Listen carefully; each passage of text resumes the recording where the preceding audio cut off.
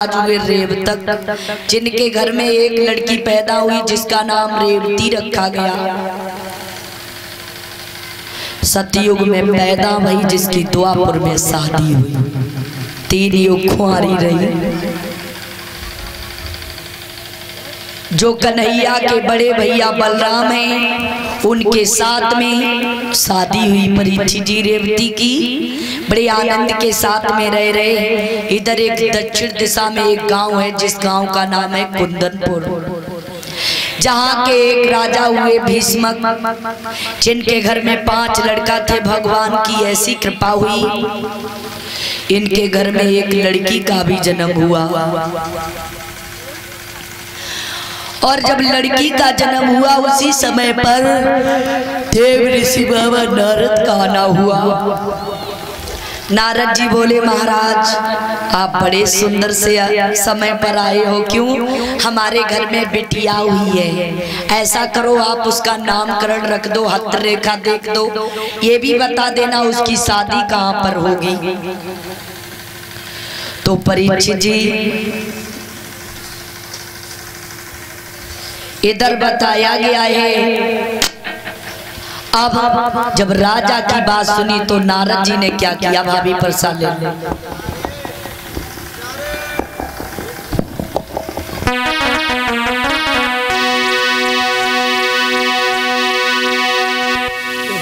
कम करो। अरे सुनी राजा की बात और मुनि ने हाथ पत्रिका लियो, और मुन ने सोच विचार के नाम लगन रख दियो।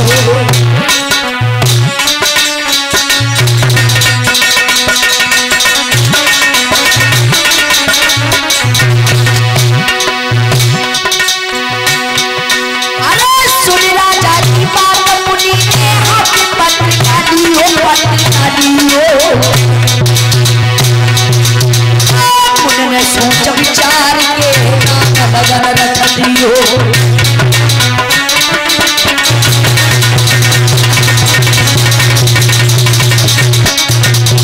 क्या रखा?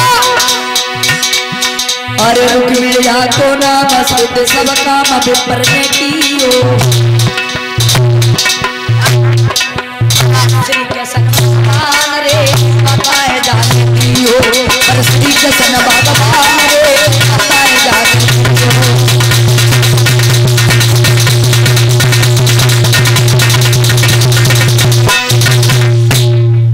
परीक्षित जी देव ऋषि बाबा ने हाथ में पत्रिका लिया और उस लड़की का नाम परीक्षित जी रुक्मिणी रख दिया, और ये भी बता दिया तुम्हारी बिटिया की शादी जो द्वारिका के रहने वाले भगवान कन्हैया हैं उनके साथ में होगी। भीष्मक नाचने लगे। अब परीक्षित जी धीरे धीरे वो लड़की बड़ी होने लगी। एक दिन एक महात्मा जी गुनगुनाते निकले, क्या कि ब्रजभूमि में हुआ है अवतार कन्हैया का, ब्रजभूमि में हुआ है अवतार कन्हैया का।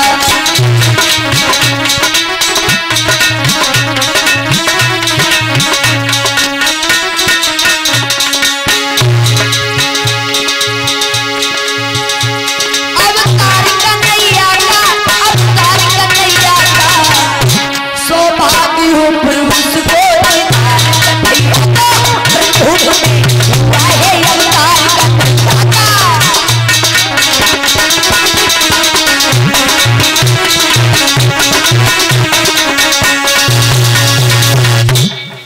ब्रजभूमि में हुआ ही अवतार कन्हैया का, सौभाग्य हो फिर उसको जिन्हें हो दीदार कन्हैया का।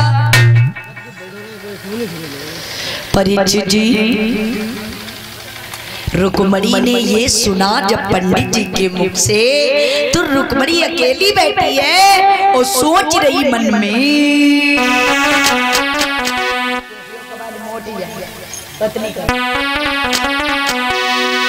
कि सोचने लगी रोकी मेरे मन में, और जीवन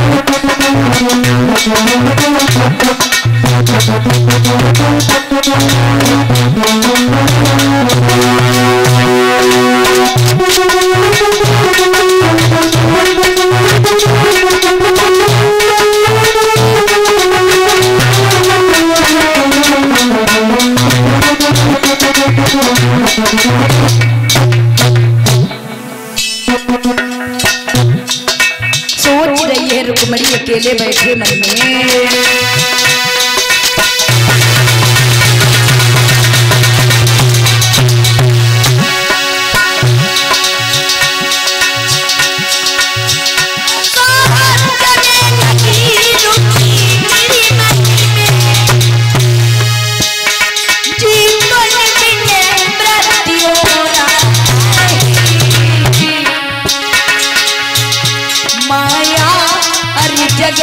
विराज रही माया पति किधर सो रहे।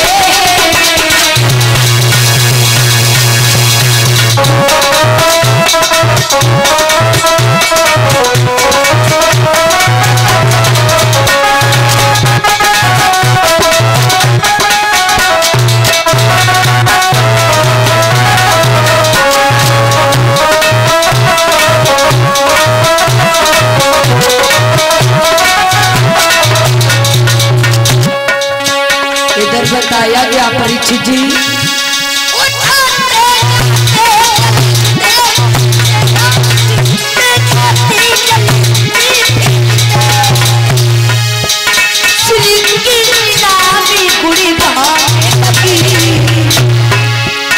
सखियन में चर्चा छिड़ जाई तब बात के कुड़ी को काट लगी।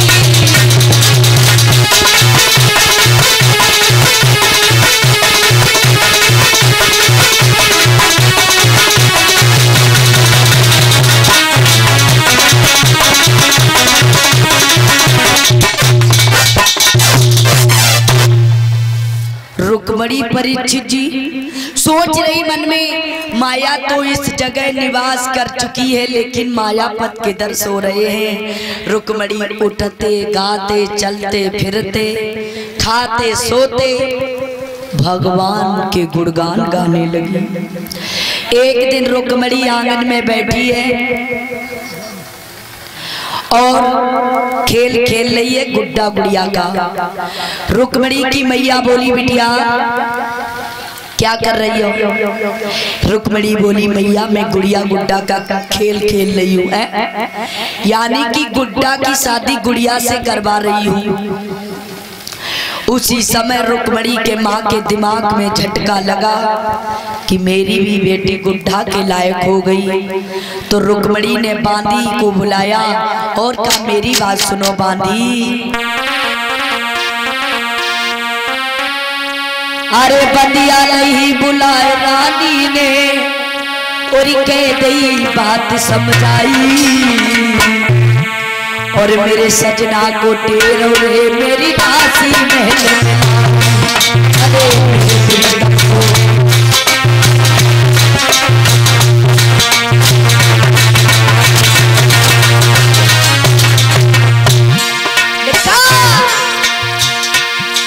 अरे अरे बादी नहीं बुलाए राजा ने कही बात समझाई। अरे मेरे सजना को तेरी के मेरी दासी महल में लाई।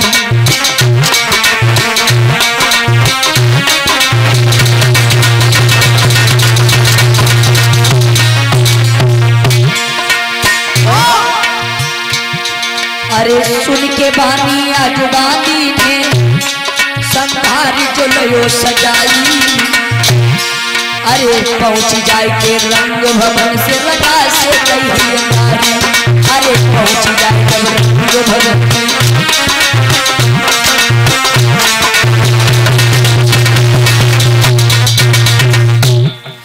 रानी ने बांदी को बुलाया और कहा जाओ मेरे महाराज को बुला के लाओ। तो आज बताया गया है रानी ने बांदी से जब महाराज भीष्मक को बुलवाया तो भीष्मक आए कहिए रानी क्या बात है? रानी बोली तुम्हें नहीं पता है महाराज घर में लड़की कुंवारी है। अगर जवान लड़की घर में कुंवारी है माँ बाप देखते हैं उन्हें पाप लगता है। तुम ऐसा करो कोई सुंदर सा लड़का देखो अपनी बिटिया के पीले हाथ कर दो। भीष्मक बोले रानी चिंता मत करो। भीष्मक दरबार में पहुंचे और बोले देखिए आज चाहे कोई छोटा हो चाहे बड़ा हो सभी को बराबर बोलने का हक दिया जा रहा है, क्योंकि आज मैं अपनी बिटिया की शादी कर रहे हैं।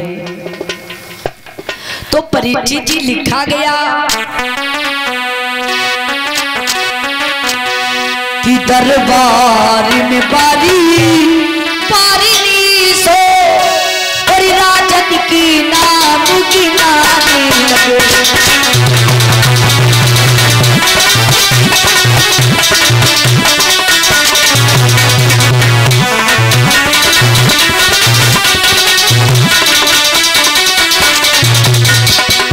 लिखा गया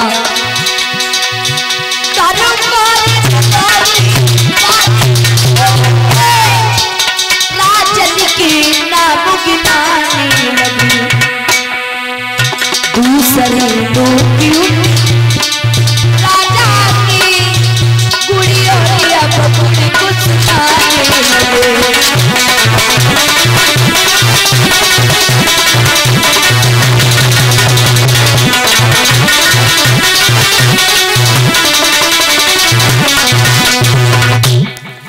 दरबार में बारी बारी सो परीक्षित जी राजन के नाम गिनाने लगे। दूसरे लोग उन राजाओं के गुणों को बता रहे परीक्षित जी। सुबह से शाम हो गई लेकिन रुक्मिणी के लायक कोई लड़का नहीं मिला। तो भीष्मक का छोटा बेटा बोला भीष्मक का छोटा बेटा कहने लगा महाराज कहिए।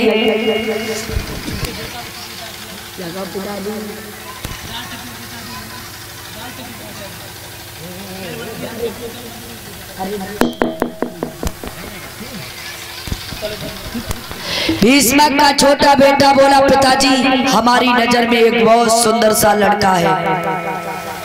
बोले कौन सा है? बोले तुम्हें नहीं मालूम है? जो द्वारका के रहने वाले भगवान कन्हैया हैं, अगर उनके साथ में हमारी बहन की शादी हो जाए तो कैसा रहेगा?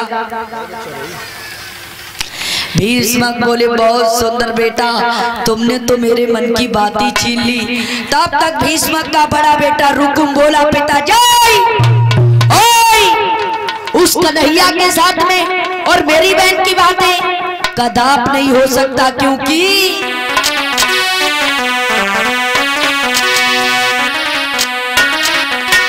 कि मेरे सामने ओरी बबुला एक पॉइंट इसकी मोटी करो और ये चाले नहीं चल पाएगी।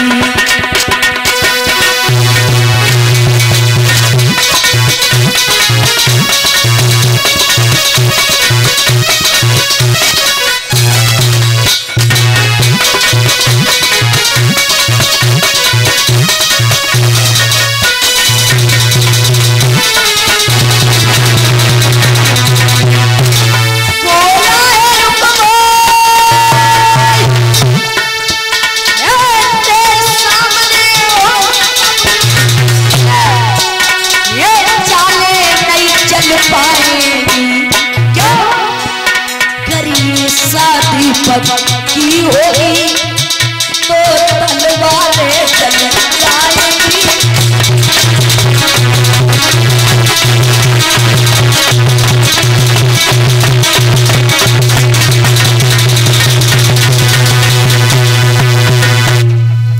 सुनना मेरे सामने और बबुला ये चालें नहीं चल पाएंगी। अगर ये शादी पक्की हुई तो खून की नदियां बह जाएंगी। क्यों? रुकुम बोला तुम्हें उसके बारे में पता नहीं है। सुनो वो पूरो छलिया चोरा और हुई रयो सोर चुराई मन साड़ी। पिताजी बाप रज की दई है बिगाड़ रे मेरे बबुला पानी।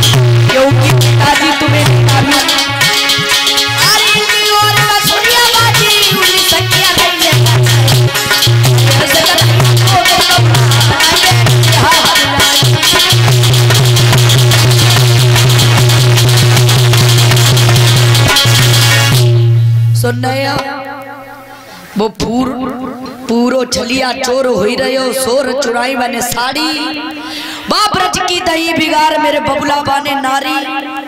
जिसने घर घर में माखन चुराया और लड़कियों के वस्त्र चुराए हो, तुम उसके साथ में मेरी बहन की बात कर रहे हो। कदाप ये शादी नहीं हो सकती है।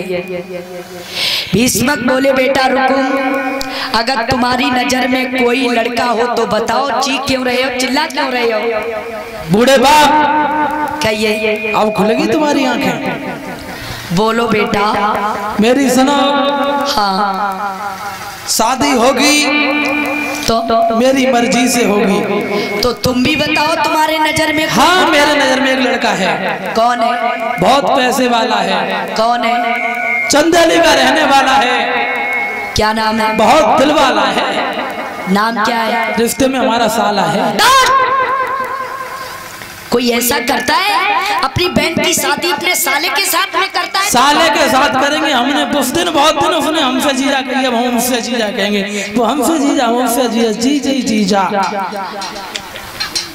तुम पागल हो गए हो लग रहा है। मुझे ऐसा लग रहा है पिताजी, ये तुम्हारी बुद्धि कट गई या पीछे को हट गई। क्यों? क्योंकि तुम्हारी समझदारी छोटी है ना।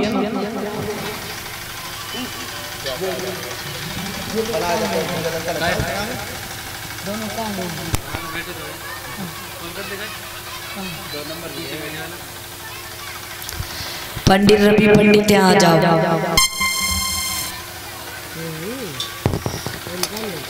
कहिए मेरे लाल, क्या बक रहे हो? अपने साले के साथ में अपनी बहन की शादी करोगे, तुम्हें शर्म नहीं आ रही है? बिल्कुल बिल्कुल नहीं। क्यों? क्या बुरा है इसमें? क्यों? अरे बहुत दिनों से हमने हमसे जीजा कही है, हम उससे जीजा कह देंगे, क्या बात है? तो बिल्कुल पागल हो गया है। बूढ़े बाप, चिल्लाने की जरूरत नहीं है। बाप से इस कदर बात नहीं की जाती बेटा। मालूम में बात कैसे की जाती है? तुम्हें मालूम उस दिन भी बताया था कि जब बाप का जूता लड़के के पैर में आया तो बाप का मुफटिया के बिल्ले में घुस जाना चाहिए। अच्छा जी, सकून बना के तुम्हारे बाप और रिश्ते में नहीं, पट्टिया में रख के आगे लगा देते, होरी की तरह चला देते। अच्छा, और क्या? रोकम कहने लगा अगर ये शादी होगी तो मेरे साले शिषपाल के साथ में होगी। समझे कि नहीं? नहीं तो ये शादी नहीं होगी। अब परीक्षित जी रुकम पत्र को लिखने लगा। कैसे? सुनील पंडित यहाँ आ जाओ। मोटी करो थोड़ी आवाज।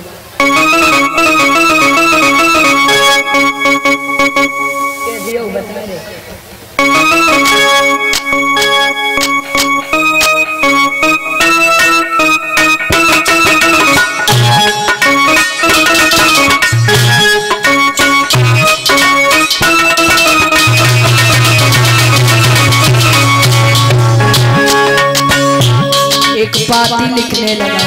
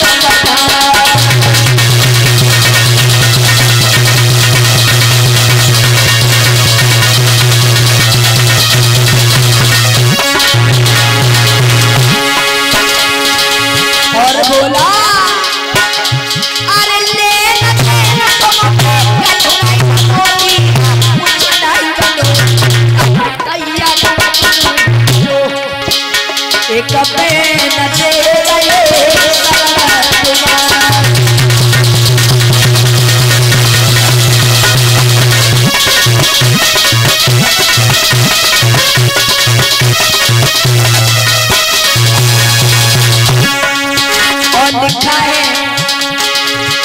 अरे अब तो मसाले मेरे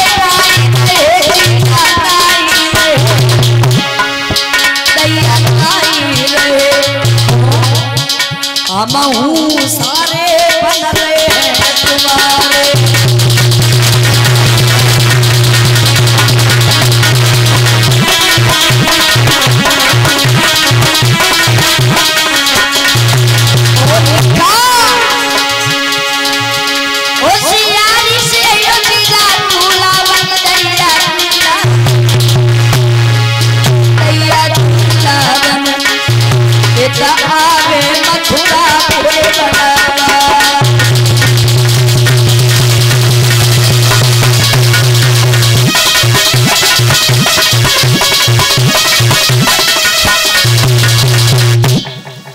इधर बताया गया है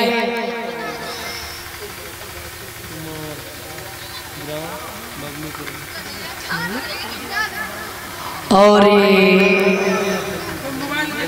कुमार भैया ग्राम बल्लूपुरवा से हमारे लिए 51 मुद्राएं भिजवा रहे हैं।